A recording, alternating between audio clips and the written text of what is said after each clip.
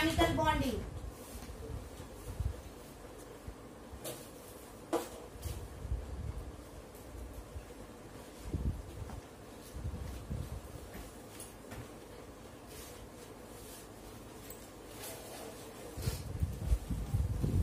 और chemical bonding में मैं आप लोगों को करा रही हूं next topic, properties of ionic compound.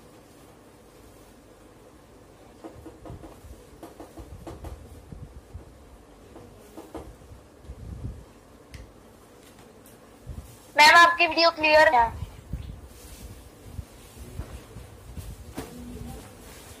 Yes ma'am, yes ma'am, blur है। We are discussing about the properties of ionic compound. Ionic compound क्या होता है, कैसे बनता है, उसका बेस क्या है, वो सब हम पढ़ चुके हैं। परसेंटेज कैसे निकाल पाएंगे हम आयनिक कंपाउंड की, हम वो भी पढ़ चुके हैं। Now we are discussing about the properties of ionic compound. तो सबसे पहली प्रॉपर्टी के बारे में बात कर रही हूँ, ध्यान से समझिएगा। फर्स्ट प्रॉपर्टी आपको दिख रहा है बेटा, NaCl बना है। तो NaCl के अंदर एक तो Na पॉजिटिव है और दूसरा है Cl नेगेटिव। जब आपके पास Na पॉजिटिव और Cl नेगेटिव दोनों यहाँ पर है, तो दैट मीन्स एक आपके पास क्या है, कैटायन, और दूसरा आपके पास क्या है, एनायन। क्या मैं कह सकती हूँ कि ये दोनों चार्जेस हैं? बिल्कुल, this both are charges, charges है ये दोनों के दोनों। तो चार्जेस के बीच में force of attraction, that is FOA, force of attraction जो काम करती है वो होती है बेटे electrostatic forces, that is electrostatic forces. और इलेक्ट्रोस्टैटिक फोर्सेस का या फोर्स ऑफ अट्रैक्शन का फॉर्मूला आप देंगे, that is Q1 Q2 bye में R²। जो फोर्स ऑफ अट्रैक्शन होता है बिटवीन द मॉलिक्यूल्स वो बहुत ही ज्यादा होता है, क्योंकि आप पढ़ चुके हैं कि इलेक्ट्रोस्टैटिक फोर्सेस जो होती है बहुत ही स्ट्रॉन्ग फोर्सेस होती हैं। तो एज अ रिजल्ट इनके बीच में फोर्स ऑफ अट्रैक्शन क्या है, बहुत ही हाई होता है। क्लियर है मेरी बात? तो अगर इनके बीच में फोर्स ऑफ अट्रैक्शन हाई होगा तो फर्स्ट पॉइंट आपको क्लियर है कि फोर्स ऑफ अट्रैक्शन बहुत ज्यादा हाई होता है। और किस टाइप का फोर्स ऑफ अट्रैक्शन काम कर रहा है, दैट इज इलेक्ट्रोस्टैटिक। दूसरा पॉइंट अगर हम बात करें बेटा, तो सेकेंड पॉइंट है, क्योंकि फोर्स ऑफ अट्रैक्शन बहुत ज्यादा हाई है, फोर्सेस बहुत ज्यादा हाई है, तो मैं कह सकती हूँ कि फोर्सेस बहुत ज्यादा हाई है, दैट मीन्स स्ट्रॉन्ग अट्रैक्शन काम कर रही है। और अट्रैक्शन अगर स्ट्रॉन्ग है बेटे तो मॉलिक्यूल्स, आप ये कह सकते हो atoms, atoms are tightly hold by each other.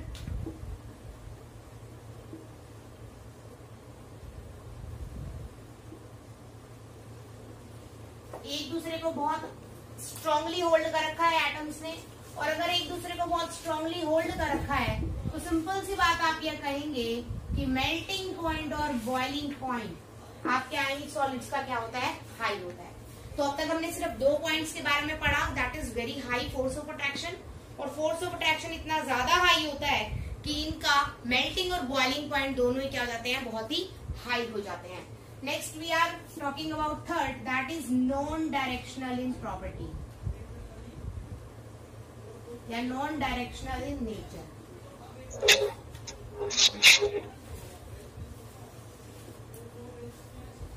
जो नॉन डायरेक्शनल नेचर का मतलब क्या है, ठीक है? नॉन डायरेक्शनल इन नेचर का मतलब क्या है? जैसे बेटा मैंने A पॉजिटिव ले रखा है, ठीक है, तो B नेगेटिव आप यहाँ लगा दो, या मैंने ये पॉजिटिव लिया है B नेगेटिव आप यहाँ लगा दो। आपकी स्क्रीन नॉन डायरेक्शनल नेचर का मतलब क्या है बेटा, A पॉजिटिव आपने यहाँ लगाया है, ठीक है, मैंने B नेगेटिव वहां लगा दिया कॉर्नर पे। इसी तरह से दूसरे केस में मैंने यहाँ नीचे लगा दिया, इधर यहाँ लगा दिया। उससे फर्क क्या पड़ गया? कोई फर्क नहीं पड़ा, क्योंकि यहाँ पर फोर्स ऑफ अट्रैक्शन इसके सेंटर से इसके सेंटर पे डिस्टेंस इतना है बेटे, यहाँ इसके सेंटर से इसके सेंटर पे डिस्टेंस इतना है, इसके सेंटर से इसके सेंटर पे डिस्टेंस इतना है। कहने का मतलब ये है कि यहाँ पर फोर्स ऑफ अट्रैक्शन सेम है तीनों ही चारों डायरेक्शन में। क्यों? क्योंकि यहाँ पर डिस्टेंस सेम है ना। डिस्टेंस बच्चा आप ये जैसे फ्लावर बनाते हैं, वही फ्लावर वाली कंडीशन है कि ये कहीं पर भी लगा हो, इसका डिस्टेंस क्या होगा, बिल्कुल सेम होगा सेंटर से, है ना। तो इसी वजह से इन सभी में फोर्स ऑफ अट्रैक्शन क्या होगा, बराबर होगा, आप कहीं भी लगा दो। क्लियर होगी मेरी बात? ठीक है, तो ये प्रॉपर्टी शो करती है नॉन डायरेक्शनल इन नेचर। ठीक है, इसी तरह से कोवेलेंट बॉन्ड की अगर मैं बात करूँ ना, तो वो डायरेक्शनल नेचर के होते हैं, क्योंकि कोवेलेंट को इधर उधर लगा दिया तो वहां पे डिस्टेंस गड़बड़ जाएगा, वो हम कोवेलेंट में पढ़ेंगे कि कैसे होता है, बट मैं बता रही हूँ आपको कि वो डायरेक्शनल नेचर के होते हैं। तो यहाँ पर आपने 3 प्रॉपर्टी पढ़ी बेटा। First is your that is strong force of attraction, जो कि कौन सा होता है, इलेक्ट्रोस्टैटिक फोर्सेस, ठीक है। Second one is your force of attraction अगर स्ट्रॉन्ग होगा तो मेल्टिंग एंड बॉइलिंग पॉइंट क्या होंगे, इसके हाई होंगे। And third point is non directional in nature, that means bonds की कोई भी डायरेक्शन नहीं होती। इज दैट क्लियर बेटा? उसकी बाद बात करते हैं एक्वस सॉल्यूशन में और सॉलिड कंडीशन में क्या रहेगा, that is conductivity. Next is your conductivity.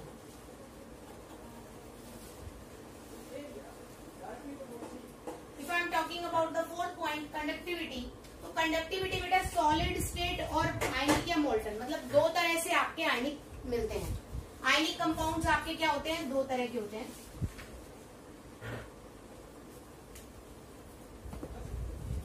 Solid state में भी मिलते हैं बेटे,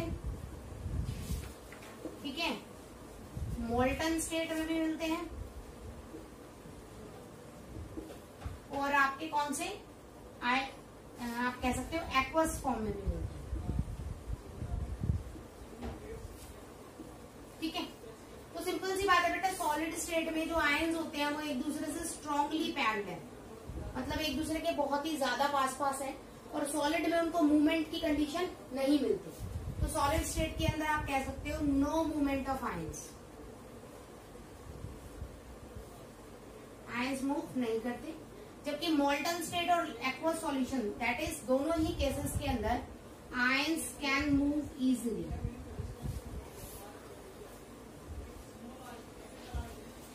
तो सिंपल सी बात है, आपको ये याद रखनी है कि सॉलिड के अंदर आयंस मूव नहीं कर सकते, जबकि एक्वस या मोल्टन स्टेट में आयंस मूव कर सकते हैं। तो अगर आपके आयंस आसानी से मूव कर सकते हैं तो सिंपल सी बात है, flow of ions, movement of ions cause electricity. तो इन मोल्टन स्टेट और इन एक्वस सॉल्यूशन दोनों ही केसेस में ये कंडक्ट करता है electricity. But in solid state आप कह सकते हो do not conduct electricity. Clear है मेरी बात? Third point is about the conductivity, sorry fourth one is conductivity, that is in aqueous and molten state, क्योंकि आयंस इजिली मूव कर सकते हैं तो they can conduct electricity. But solid state में इतना स्ट्रॉन्ग फोर्स ऑफ अट्रैक्शन है, इतनी ज्यादा क्लोज पैकिंग है कि वो आयंस आसानी से अपनी पोजीशन नहीं छोड़ सकते, मूव नहीं कर सकते। सो उस केस के अंदर आपके जो आयंस है वो फ्लो नहीं कर रहे, मूव नहीं कर रहे, तो जो आयनिक सॉलिड है इन द सॉलिड फॉर्म वो जो इलेक्ट्रिसिटी या कंडक्ट नहीं करेगा। उसके बाद है बेटा दे show morphism. What is the meaning of morphism? देखिए,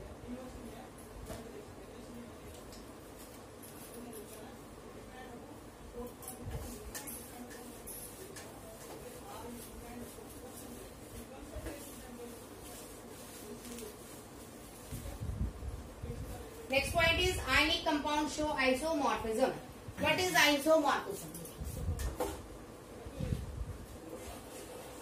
Fifth point is isomorphism.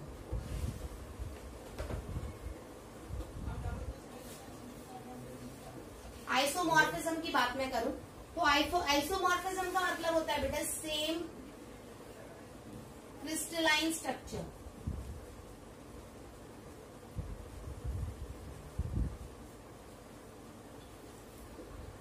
अगर आपकी बनावट सेम है तो दैट मीन्स उनको हम बोलते हैं आइसोमॉर्फिज्म। जैसे अगर मैंने NaCl ले लिया बेटे, तो NaCl का चाहे आप 1 मोल उठा के ले लो, चाहे आप 10 मोल उठा के ले लो, सभी का स्ट्रक्चर क्या होगा? सेम होगा। All have same structure. तो यहाँ पर क्रिस्टलाइन स्ट्रक्चर इनके क्या होते हैं? सेम होते हैं, ठीक है, इसीलिए दे शो आइसोमॉर्फिज्म। अब क्वेश्चन ही उठता है भाई क्यों क्रिस्टलाइन स्ट्रक्चर सेम होते हैं? तो क्रिस्टलाइन स्ट्रक्चर सेम होने के लिए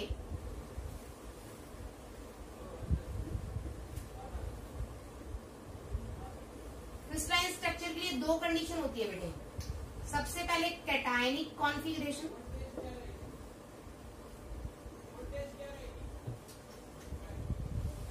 दैट मीन्स जैसे आपका A पॉजिटिव है तो ए पॉजिटिव की जो इलेक्ट्रॉनिक कॉन्फिगरेशन है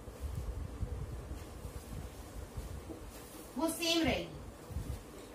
मतलब आपके कंपाउंड के अंदर अगर 100 ए पॉजिटिव है तो 100 ए पॉजिटिव की इलेक्ट्रॉनिक कॉन्फिगरेशन 100 के 100 की क्या रहेगी, सेम रहेगी। बात समझ आ गई। तो अगर आपकी कॉन्फिगरेशन ऑफ कैटायन एंड दूसरा configuration of anion, second point,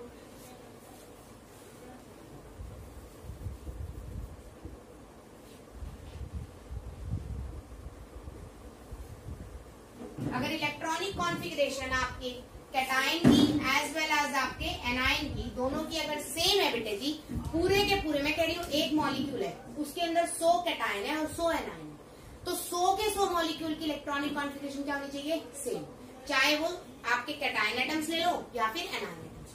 clear होगी मेरी बात, ठीक है। तो अगर आपकी इलेक्ट्रॉनिक कॉन्फ़िगरेशन सेम है तो उस केस में आप बोल सकते हैं दैट इज रेशो आइसोमॉर्फिज्म, मतलब कि इनका जो स्ट्रक्चर होगा वो क्या होगा, सेम होगा। क्लियर है। उसके बाद बात करते हैं बेटे सॉल्युबिलिटी इन वाटर। 6 पॉइंट देखिए,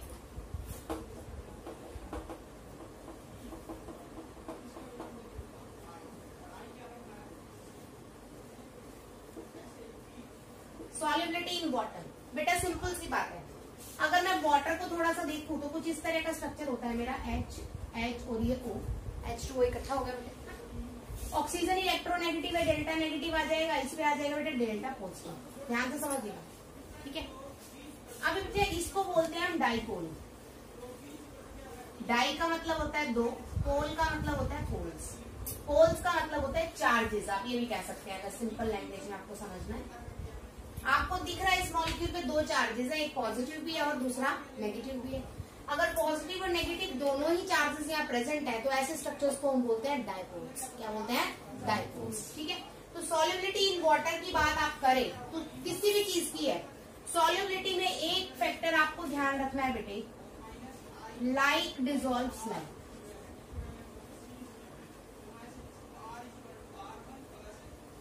जो जैसा होगा वो वैसे में ही घुलेगा, ठीक है। तो कंसेप्ट यहाँ क्या है, लाइक डिसॉल्व्स लाइक, जो जैसा होगा वो वैसे में ही घुलेगा। एग्जाम्पल, अगर कोई पोलर है, पोलर का मतलब होता है जिसमें पोल्स डेवलप हो जाए। पोलर का मतलब क्या होता है, जिसमें पोल्स डेवलप हो जाए या जिसमें चार्जेस हो, ठीक है। पोलर किसमें घुलेगा बेटे, पोलर में घुलेगा, लाइक वाटर। अब वाटर में पोल्स बनते हैं, ये आप ऊपर देख चुके हैं, ठीक है। Non polar dissolve in non polar.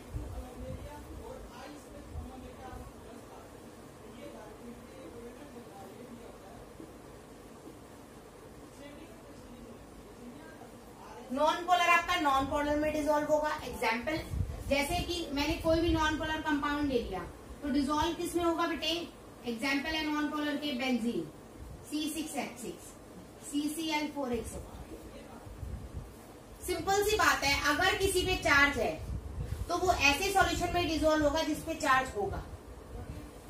Example NaCl, Na के ऊपर प्लस, Cl पे माइनस, आयनिक कंपाउंड है, चार्जेस है, तो किस में डिसॉल्व हो गया, पानी में, क्योंकि पानी में भी क्या है, चार्जेस है। NaOH ले लू मैं, NaCl NaOH में बिल्कुल डिसॉल्व हो जाएगा, क्योंकि NaCl टूटेगा, Na plus Cl negative, NaOH टूटेगा, Na positive OH negative, NaCl plus आप H2O तो मैंने बताई थी, तो मतलब कि H2SO4 ले लो, तो कुछ भी आप ले सकते हो। अगर दो चीजों को मिक्स कर रहे हो और दोनों आयंस में टूट रही हैं तो दोनों जरूर घुलेंगी। बात समझ आई, होता कैसे है वो देखिए। इसका एग्जाम्पल लेते हैं कैसे, जैसे NaCl है बेटे, उसके अंदर मैंने पानी को घोल दिया, तो आपको पता है वो Na पॉजिटिव गैस और Cl नेगेटिव गैस बनेगी। जब मैंने पानी को घोल दिया तो गैस तो रह नहीं जाएगी, नहीं समझे। एक सिंपल सी बात है, मैं ये कह सकती हूँ NaCl सॉलिड, NaCl एक्वस। अगर मैं इसके अंदर पानी ऐड कर दूं, वाटर,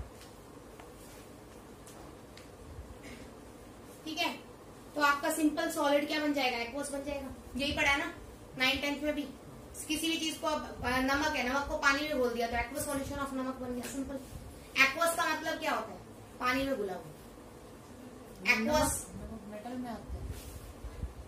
मैंने आपको पता है कि NaCl को अगर आप तोड़ोगे तो वो Na पॉजिटिव में और Cl नेगेटिव में टूटेगा। अब बेटा Na पॉजिटिव वर्ड याद करना, आइसोलेटेड गैसियस एटम। Na को Na पॉजिटिव बनाया कब, सॉलिड था ना ये, तो सॉलिड से सबसे पहले मैंने क्या बनाया था इसे, गैस, और गैस से फिर मैंने इसको टर्न किया, यही था ना। तो ये Na पॉजिटिव क्या थी बेटे, बात समझ आई। इसी तरह से Cl2 अगर मैं गैस ले रही हूँ, सबसे पहले मैंने इसे तोड़ा था 2Cl गैस में, और उसके बाद मैंने इसको इलेक्ट्रॉन देके बनाया 2Cl नेगेटिव गैस, ऐसे ही था। दैट मीन्स आयंस हमेशा कौन सी फॉर्म में रहेंगे, गैसियस में, ये बात याद है। अब बेटे पानी में गैस तो होती नहीं है, तो ये पानी में कैसे रहेंगे। अब जरा अब फंडा समझना ध्यान से। Na पॉजिटिव जो पानी आपने डाला है उससे रिएक्ट कर जाएगा, कंपाउंड नहीं बनाएगा, करेगा क्या, Na पॉजिटिव है बेटे, ठीक है, प्लस चार्ज नजर आ रहा है। वाटर का स्ट्रक्चर जरा ध्यान से देखना, जो इस फॉर्म में लगा रही हूं मैं यहाँ पे।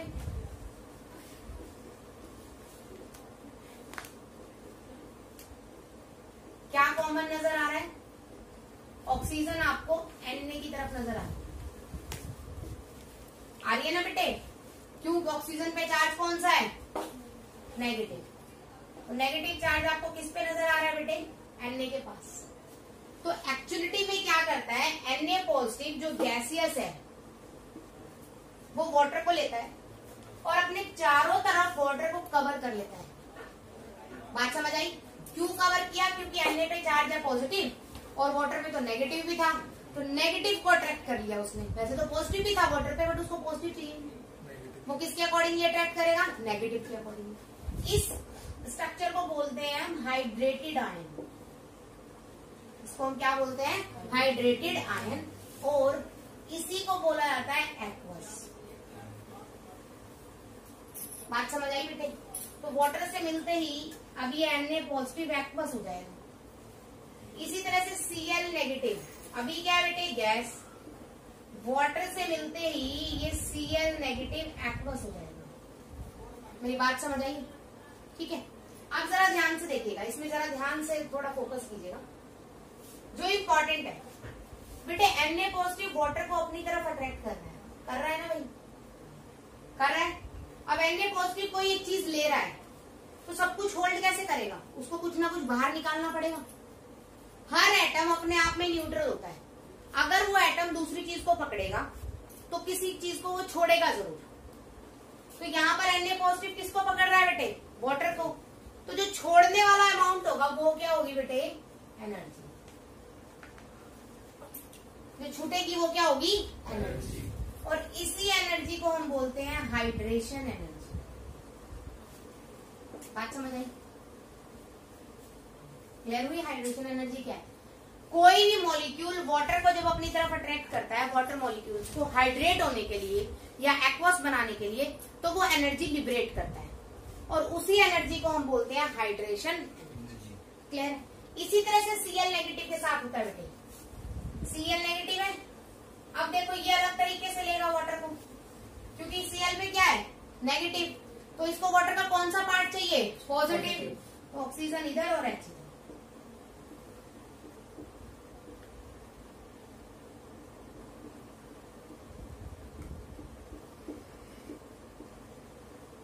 बात समझ रहे हो।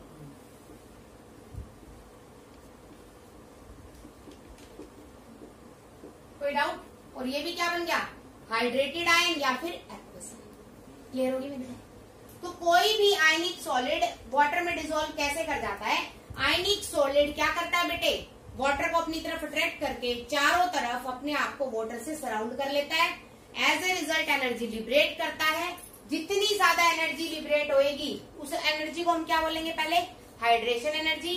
जितनी ज्यादा हाइड्रेशन एनर्जी होगी कंपाउंड वाटर में उतना ही ज्यादा सॉल्युबल होगा। समझ आ गई बात? तो सॉल्युबिलिटी का एक इंपॉर्टेंट फैक्टर, मैंने कंप्लीट नहीं बोला, this is the only one, अभी एक और है, that is lattice energy, solubility को। तो सॉल्युबिलिटी का पहला इंपॉर्टेंट फैक्टर था आपका क्या? Hydration energy. क्लियर हुई मेरी बात? तो हाइड्रेशन एनर्जी में किस तरह से आपका डिपेंड करता है, तो जितनी एनर्जी छूटेगी इतना, इसका मतलब उतना ही पानी लेगा, जितनी एनर्जी छोड़ेगा उतना ही पानी ज्यादा लेगा, जितना पानी ज्यादा लेगा उतना ज्यादा पानी वाला बनेगा, दैट इज एक्वस बनेगा। बात समझ आ गई? तो this is the first factor, that is hydration enthalpy या हाइड्रेशन एनर्जी। हाइड्रेशन एनर्जी जितनी ज्यादा होगी उतनी ही ज्यादा आपकी क्या होगी? सॉल्युबिलिटी होगी। बात समझ आ गई यहाँ तक? कोई डाउट है बेटे? ठीक है। दूसरा फैक्टर है लैटिस एंथैल्पी, वो कैसे है ध्यान से देखिए। चलो इसको मैं कल डिस्कस करती हूँ लैटिस एंथैल्पी को, आज टॉपिक यही खत्म।